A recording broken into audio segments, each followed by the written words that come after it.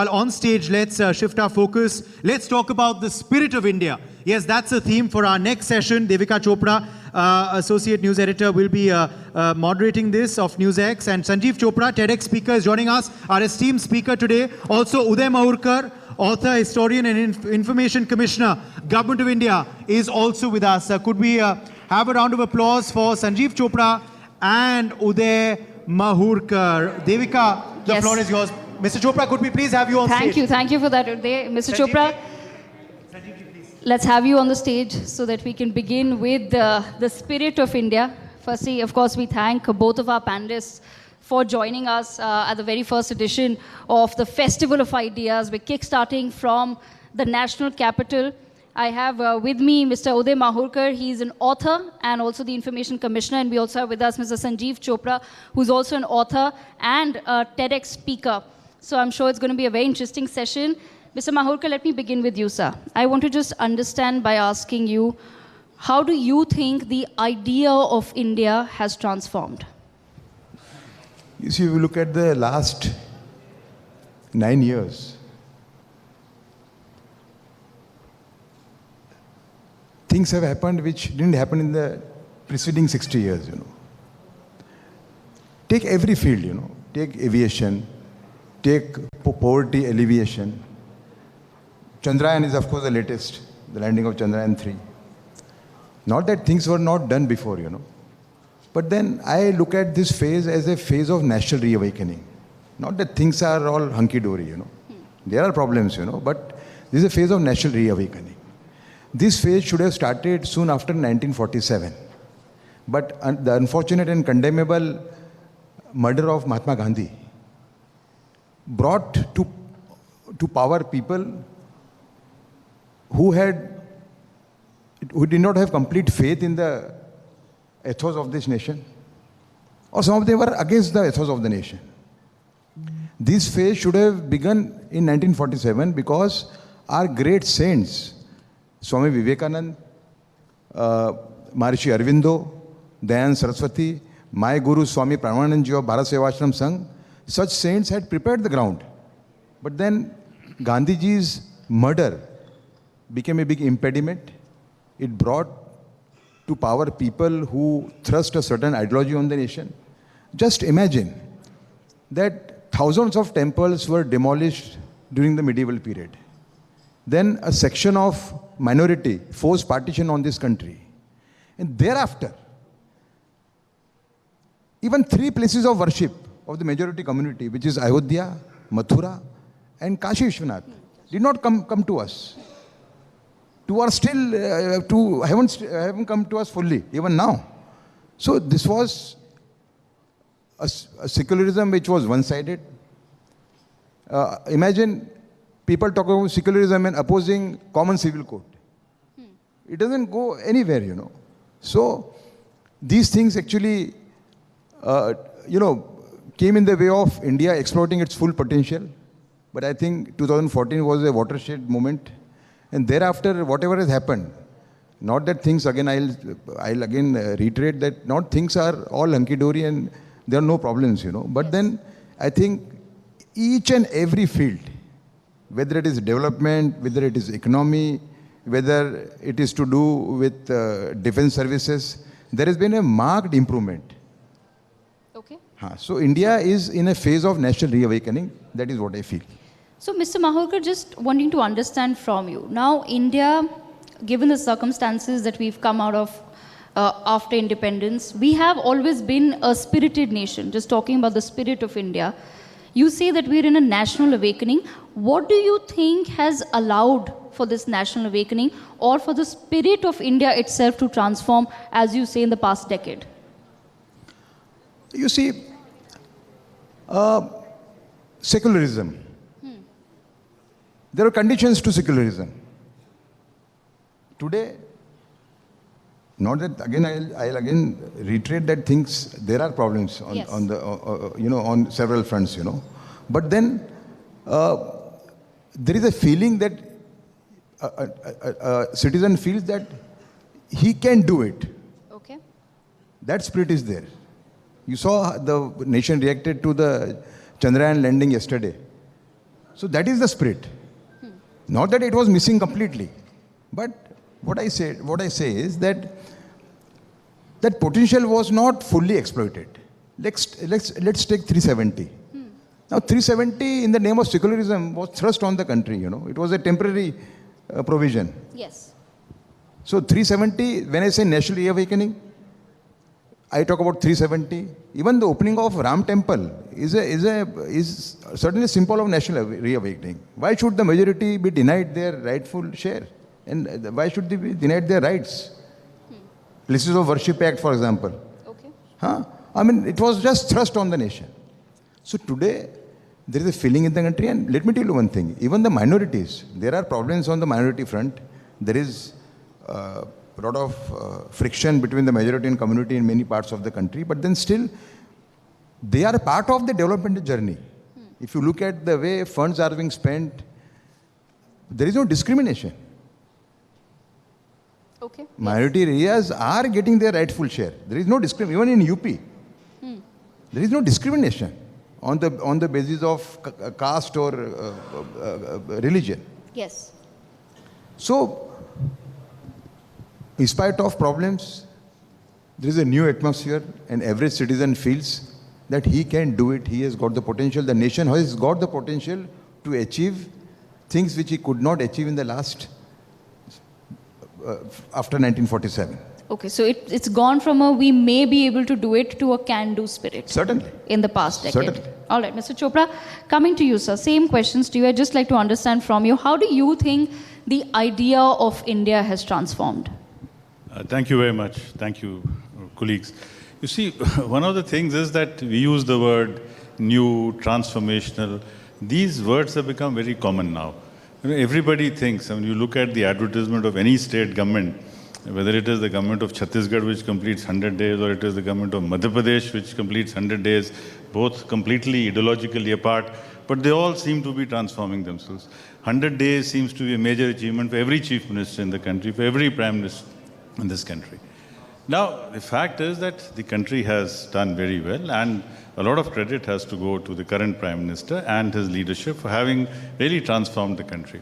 But the fact is that this is a process. This process started around 1947 when the country became independent. And I think even as far as the identity of this country is concerned, let me take you back a little bit to the identity of this country. When the Britishers left India, they wanted to call ourselves the Dominion of Hindustan and the Dominion of Pakistan. Because that is the way they wanted. They wanted that India should disappear and India should be replaced by Hindustan and Pakistan, which would have been, in a way, denominational in that sense. Fortunately, Mr. V.P. Menon and Sardar Patel, they caught on and they said, no, India that is Bharat is the successor to the Dominion of India. So India that is Bharat, is a republic. And one of the things which Dr. Ambedkar had said was that India, when the Punjabi Suba agitation was happening, and for the first time when the Sikh delegation met Dr. Ambedkar, he said, do not insist on a Sikh state because we are not going to accept this. But if you ask for a linguistic state, if you ask for a state where Punjabi is the dominant language, I'll be able to support you because linguistic states is something to which the Congress is committed. Now, remember also that the four leaders whom I feel were very important in the creation of this country and in developing the way we have developed, Nehru, Gandhi, Patel and Ambedkar. All of them were committed to the fact that India is a multilingual country and that the freedom of this country and the democratic expression of this country has to take place on linguistic lines. Yes. And the point which Dr. Ambedkar told the Sikh delegation was that we have not come together as Hindus and Muslims and Sikhs and Parsis and Jains. Yes. We have come together as individuals. And remember also that the first lines are, we the people of India. The constitution does not say we the Hindu people of India or we the Parsi people of India or we the Sikh people of India. Therefore, as the discussion was happening in the last panel, and I think very relevant points were made both by Badri Narayan and by Aishwarya, about how is it that after 47, both the Congress and the others started looking at everything in terms of communities, in terms of, this is what is good for Hindus, this, and what is good for that. That is because development as the agenda did not take the prime space. And it was easier to get into the politics of appeasement because doing real good work on the ground is very difficult. Providing education is very difficult, providing health services is very difficult, but declaring yet another holiday on the name of somebody is a very simple thing. Therefore, we chose shortcuts. But having said that, let me also say one thing, sir, that this whole thing that we've said that the Congress and the RSS and the Arya Samaj have been no. The Congress and the Arya Samaj and all of the Hindu Mahasabha have worked together on several occasions. Whether it was the liberation of Goa, whether it was Operation Polo in Hyderabad. So on several occasions in the past, all these parties, cutting across party lines, have worked together. So it is one thing to say that there has been a difference of emphasis, there's been a difference of speed, for which I'll certainly give due credit to our Prime Minister's mission, Karmyogi and several things. I've been a part of several of those. But the fact is that whether it is, and I also want to point out that there has been more bipartisan consensus in this country than we are aware of the constitutional amendments in the country, and several of those, both parties have been together. Yes. The right to food, the right to work, the right to education, the right to information are not gifts of any one political party. Absolutely. These are issues on which there is a national consensus, and it is very difficult to break that national consensus. Now, my idea of India, and I'll run a little quiz with all of us here. Do we all know, I mean, if anyone can tell me the names of all the 17 languages in which the currency note of India is given, that itself is a wonderful reflection of how India has been able to carry this diversity. My submission, sir, is this, that as long as India recognizes, celebrates, cherishes, and furthers its diversity, we will be great. Okay. Otherwise, like the USSR, we shall be there in history books. Absolutely. And those books can be signed, but as a nation, we need to celebrate and respect our diversity. So do you think that that is happening now? When we say that the spirit of India has transformed, perhaps the spirit, do you feel, has transformed in the sense that we now want to embrace and celebrate the diversity that India has to offer, rather than allowing state boundaries to divide us? You see, state boundaries, the first article is very clear. The first three articles are very clear that it is the territorial integrity of India which is sacrosanct. Yes. The next two articles are very clear that whether, you have a Punjab, you have a Haryana, you have a Himachal, you have a Chandigarh, that only strengthens India. That does not break up India. Yes. If you, in fact, I have been arguing that we need a second states reorganization commission because we need smaller states. So that, I mean, if for example, if you look at Uttarakhand and UP, your two state partners, both states have done well after they have, been reorganized. My view is that, Maharashtra will do much better if there's a Vidarbha as well. So the reorganization of the internal boundaries of this country, strengthening the 6th schedule, strengthening the 5th schedule, will strengthen India rather than destroy the spirit of India. The spirit of India has always been inclusive. If you go back to the very first slok of the Bhagavad Gita, where Sanjay is asking Dhritarashtra, Dhritarashtra is asking Sanjay, tell me, O Sanjay, which are the armies on the Kaurava side and which are the armies on the Pandava side? What is the array of armies? There itself, there were 19 armies on the Kaurava side, 11 armies on the Pandava side. So India has always been diverse. Always been diverse. So the moment we try to put one, size fits all for India, that will not be Bharat. That will be different. Okay. And as we wrap up, I just have a couple of more questions left. Mr. Mahurkar, just touching upon a book that you've also written on Savarkar, I'd just like to understand from you, do you feel that there is space for Savarkar's ideologies in this modern India? Certainly. Our book is a unique book. Our book is a very unique book, It doesn't talk so much about Savarkar, the revolutionary. It talks about Savarkar, the visionary of India's national security vision. And I think we have produced enough evidence, enough references, we have cited to prove that Savarkar is the father of India's national security. Had India followed his vision, India would have been a superpower by now. Not that I agree, the book it's not a hagiography on Savarkar. So we have pointed out places where he blundered, But then, all said and done, if you look at his, if even his Hindutva,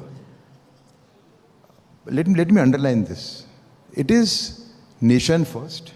It talks about national pride and says it is above regional pride.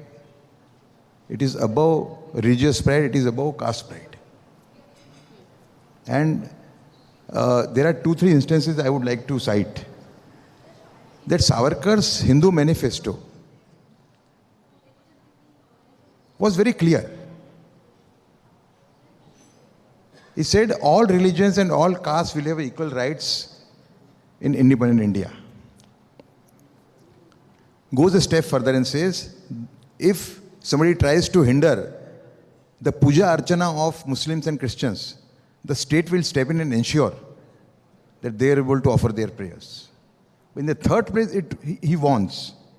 The manifesto warns, India will not allow creation of a nation within a nation in the name of minoritism. Yes. So that has been the story of this country, So Savarkar is very, very relevant, especially for national security. I think Savarkar's nation first is something which can really help nation achieve its goals much faster. Okay. Yeah. So Savarkar is a unique person. Only thing that he used to speak in a very harsh language, whatever, Yes. His language was very harsh. Okay. So sometimes he has been misinterpreted. Some people have done it deliberately. People have done it out of ignorance. But Veer Savarkar is a unique man in the history of this country.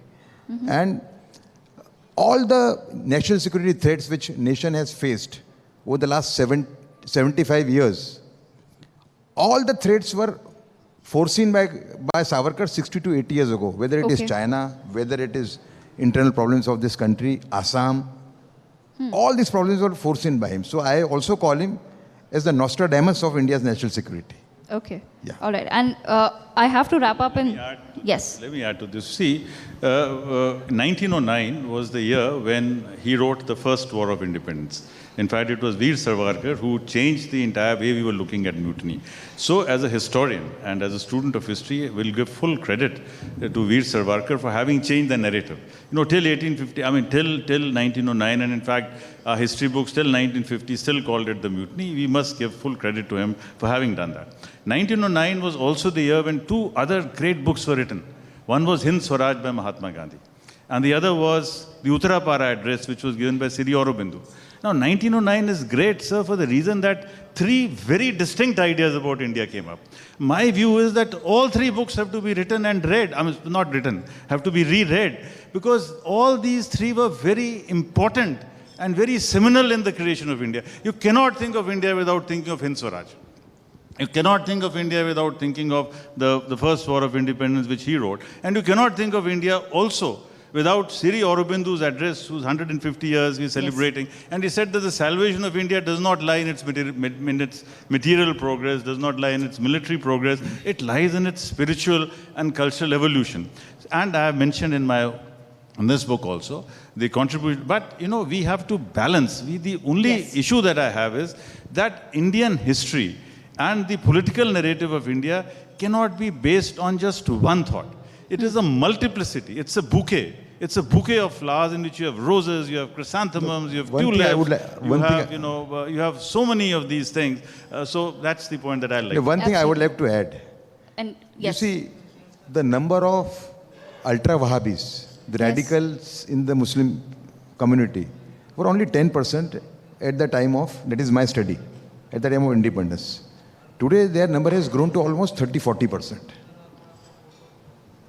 So, Savarkar was very clear that if you indulge in minority appeasement, it will lead to Muslim radicalism, it will add to radicalism in the Muslim community. Okay. So India, the internal problems of India were foreseen by him. Absolutely. And I wish we had more time to take this discussion forward, but that's all the time that we have. Thank you so much. A huge round of applause for Mr. Uday Mahurkar, also Mr. Sanjeev Chopra. Thank you so much. Thank you very much. Thank you to our speakers for that riveting conversation. And I'll request you all to stay back, Mr. Mahurkar and Mr. Sanjeev Chopra, because I'll now request Dr. Aishwarya Pandit Sharma to please come up on the stage and offer this token of appreciation to our speakers. Round of applause, please.